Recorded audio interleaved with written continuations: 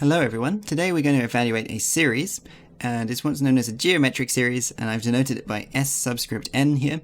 It's just the sum where I runs from 0 up to n of x to the power of I, and here x is just some real number. Okay, and so the way I want to go about evaluating this is firstly just write out some of the terms to get a feeling for what this series actually is, right? Our first term is just going to be when I is 0, so we get x to the 0, but x to the 0 is just 1. And our next term is going to be x to the 1, right? Because I is 1, so we get an x, and then an x squared, and so on. Each time we go from one term to the next, we just increase the power of x by 1. And so we're going to have all of these terms until we get to the final term, which is x to the power of n, because that's where this index I stops. Okay. So in principle, we have a way of calculating this series, right? We just calculate all of these terms and add them together. But if n is really large, then that's not really practical, right? So we want to have a more convenient way of evaluating this sum, right? And so the way to do that actually, or the way I'm going to do it, is by considering another series, which is x multiplied by s subscript n. Okay, so we just take what I started with and multiply it by x for reasons that will become clear shortly.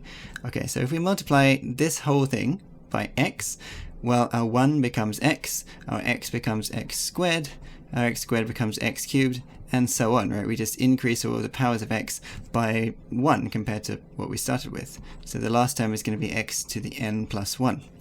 So the reason why this is useful is because most of the terms in this series at the top and this series that I've just defined here are the same, right? We have an x here, we have an x there, we have an x squared and an x squared, and so on. There's an x cubed here, which will correspond to an x cubed up at the top there.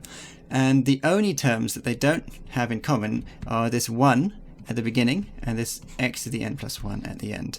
So what we can do actually is subtract them, take Sn and subtract off x Sn, because that's going to make most of the terms cancel, right? So let's write out what that means. So Sn, the first term is 1, so let's write down 1.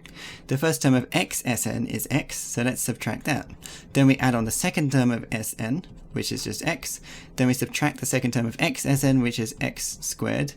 But then we end up adding x squared back on, and so on, and so on. Okay, so you can see what's going to happen. All of these terms in the middle are going to cancel each other out, and you're going to, well, keep doing this until you get to the last term where you subtract off x to the n plus 1.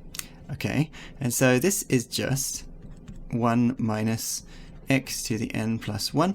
Okay, and what we can also do is factor out an Sn on the left-hand side. So the left-hand side is actually just 1 minus x times Sn, right? And therefore we're done, because we can write down that Sn has to be 1 minus x to the n plus 1 over 1 minus x. Okay, so that is the quick way of calculating this sum.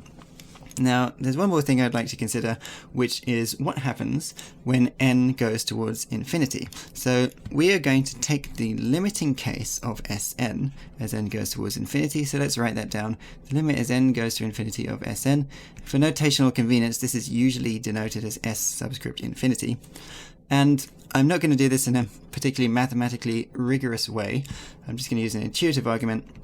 And the first thing to point out is that we can't always define this sum. In particular, think about what happens if the modulus of x is bigger than or equal to 1. What we're doing is we're trying to add together either an infinite number of 1s, right, if x equals 1, or if the modulus of x is bigger than 1, then each term in this series is bigger than the term that preceded it, right? So you're adding together a bunch of numbers that are getting bigger and bigger as you go along, and so that's not going to work. It's not going to converge to a particular number. And so we can only define this sum to infinity if the modulus of x is less than 1. Okay, so if the modulus of x is less than 1, then what happens is that this term here in our s subscript n, right, if we take that number whose modulus is less than 1 and raise it to this really big power, we're multiplying a number less than 1 by itself loads of times, and so it's getting smaller and smaller and approaching 0, right? And in the limiting case, this becomes 0. Okay, so as n goes to infinity, we can ignore that term on the top, x to the n plus 1, and just write that the sum to infinity is 1 over 1 minus x. Okay, it only applies if the modulus of x is less than 1. Okay, so one last point I'd like to make is just there's a slightly alternative way of viewing this, which is that what we've just shown is that 1 minus x to the minus 1, right? That's just a different way of writing this expression we just derived for s infinity. That is 1 plus x squared plus, well, x cubed all the way up to infinity, right?